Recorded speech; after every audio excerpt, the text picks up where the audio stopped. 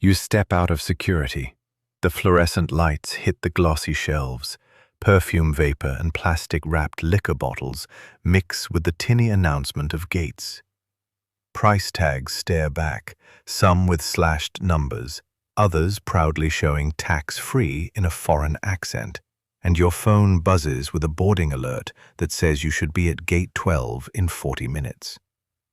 That exact jolt, wanting a bargain but fearing you're being hustled, is what most rare flyers feel at duty-free. Start by treating duty-free like any other shop.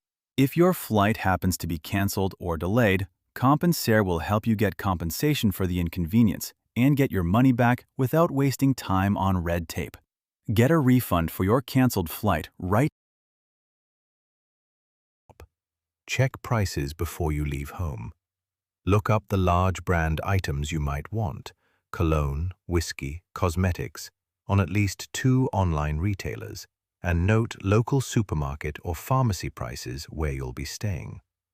Download or screenshot a quick price comparison and the model or bottle size.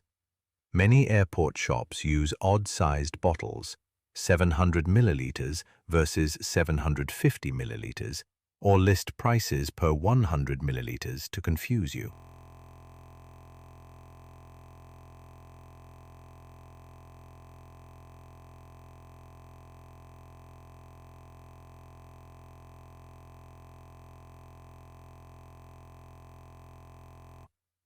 Also confirm your destination's allowance for alcohol and tobacco on the government customs page. That threshold decides if you can bring a purchased bottle in without duty, or if you'll face confiscation or fines. At the airport, follow a fast checklist. Have boarding pass and passport ready. Check the price label carefully. Look for unit size and currency. Ask to see the final price with your card or cash method, and get a paper receipt, not just a printed barcode. If you're connecting, buy only items that come in a security-sealed, tamper-evident bag, STEB, with the receipt inside, and keep the bag closed until your final destination. Otherwise, security on your next leg can remove the item or throw it out. If your connection is under 60-90 minutes, don't buy liquids that require special handling. Why do duty-free prices look lower but sometimes aren't? Imagine 2 bakeries. One waives a local flour tax but charges more for the almond glaze and wraps it in a fancier box because travelers expect a gift. The tax savings might be passed on partly, but the shop adds convenience and airport rent into the final tag. Removing VAT can save a fixed percent, say 8.20%, depending on the country and product. But airport retail margins, shipping to the airport, and higher staff costs often eat that saving. The result? Some items are genuinely cheaper, some are about the same, and some are dearer than your local shop or online retailer. Concrete numbers help.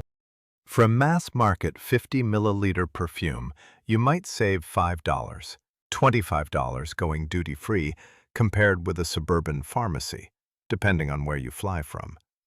A mid-range 700-milliliter whiskey could be $10, $40 cheaper, sometimes more if local taxes are high. On the flip side, small electronics or branded cosmetics are often equal to or 5–30% more expensive than online flash sales. The risk for missed flights is real. Browsing for 10 to 20 minutes in busy terminals can turn a comfortable 45-minute window into a rushed boarding where agents close the gate, estimate a 10.25% higher chance of missing a tight connection if you shop first and then head to the gate late. Baggage-wise, buying large liquids at departure, then trying to carry them through a security recheck at a transfer airport can result in the item being confiscated or forcing you to check a bag at the last minute, costing $30, $150. So what's the cheapest, safest, most practical approach? First, Pre-plan. Make a short watch list and price check before you leave. If the item is bulky, heavy, or sold cheaper online, buy it at home. If it's a small luxury bottle you'll bring as carry-on and the duty-free price is clearly lower by at least the estimated VAT rate plus any sales tax you'd otherwise pay, buy it, provided your itinerary allows sealed bag transfer. Use reserve and collect when available. That locks the price and saves time at the counter, but still check the final price at pickup. Bring a no foreign transaction fee credit card or cash to avoid the 2.4% card surcharges some shops add. Many useful links can be found in the description. Here are a few sharp rules of thumb you can use in the terminal. 1. Compare unit sizes and do the math. Don't be dazzled by a 50% off sign if the bottle is smaller. 2. Keep receipts with the sealed bag for connections and customs checks. Without proof, customs can charge you the full duty on arrival. 3. Never buy large volume liquids if your itinerary has a security rescreen before the final boarding gate unless the retailer explicitly guarantees an STEB that complies with your transfer airport rules. Now the one misleading trick to watch for. Many airport stores advertise tax-free, but add a card surcharge or service fee at checkout, sometimes 2.5% labeled as a processing or bank fee, and they'll often round prices up to avoid small change. Another is the pre-order online bait. Some reserve and collect systems quote a lower online price, but add a steep collection fee or service charge when you pick up. How to refuse it? Ask for the printed price list. Ask the cashier to show final total with your payment method, and say firmly, "No thank you," to any optional add-ons like gift wrapping or insurance. If they push a card surcharge, offer cash or a different card. If that's not possible, use a card with no foreign transaction fees and contest any unexplained charges with your bank later. A practical mini plan to follow at every airport. 1. Have a 3-item max list. 2. Price check at home. 3. Confirm allowances for your destination. 4. Buy only if the posted price beats your best pre-checked price by more than the expected airport markup and any card fee. 5. Keep the receipt and any tamper bag sealed until you clear your final security. If you're traveling with a checked bag and the item is packed below, remember you cannot open it during connections. The usual advantage of carry-on purchase is convenience and safety from baggage delay.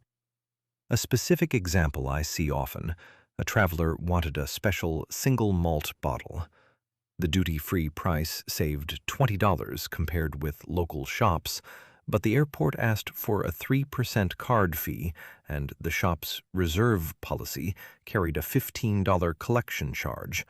The real saving evaporated. The shopper got annoyed, paid, and then found the same bottle $10 cheaper locally after a weekend sale. The lesson? Do the quick math and walk away if the final total isn't clearly better. If you plan to claim VAT refunds instead of duty-free purchase, expect procedure time. VAT refunds often require filling forms, showing goods and passports at customs before departure, and paying a processing fee. This can take 10-30 minutes, and sometimes a 1-3% fee plus a fixed admin charge. It's great for big-ticket electronics bought in country before travel, but poor for impulse buys in the terminal. Last practical tips: use airline lounges or a timer app to avoid late browsing. Buy important gifts with time to spare, and always ask, "Is that the final price with my card?" before handing over your card. If a shop refuses a receipt or gives a vague total, don't buy. If you're uncertain about allowances at arrival, keep purchases in original packaging and keep receipts in your hand luggage. If you found this useful, subscribe for short, realistic airport tips and hit like so more of these make it into the feed. Please subscribe and like the video if this helped you avoid an expensive impulse buy. Safe travels and smart shopping.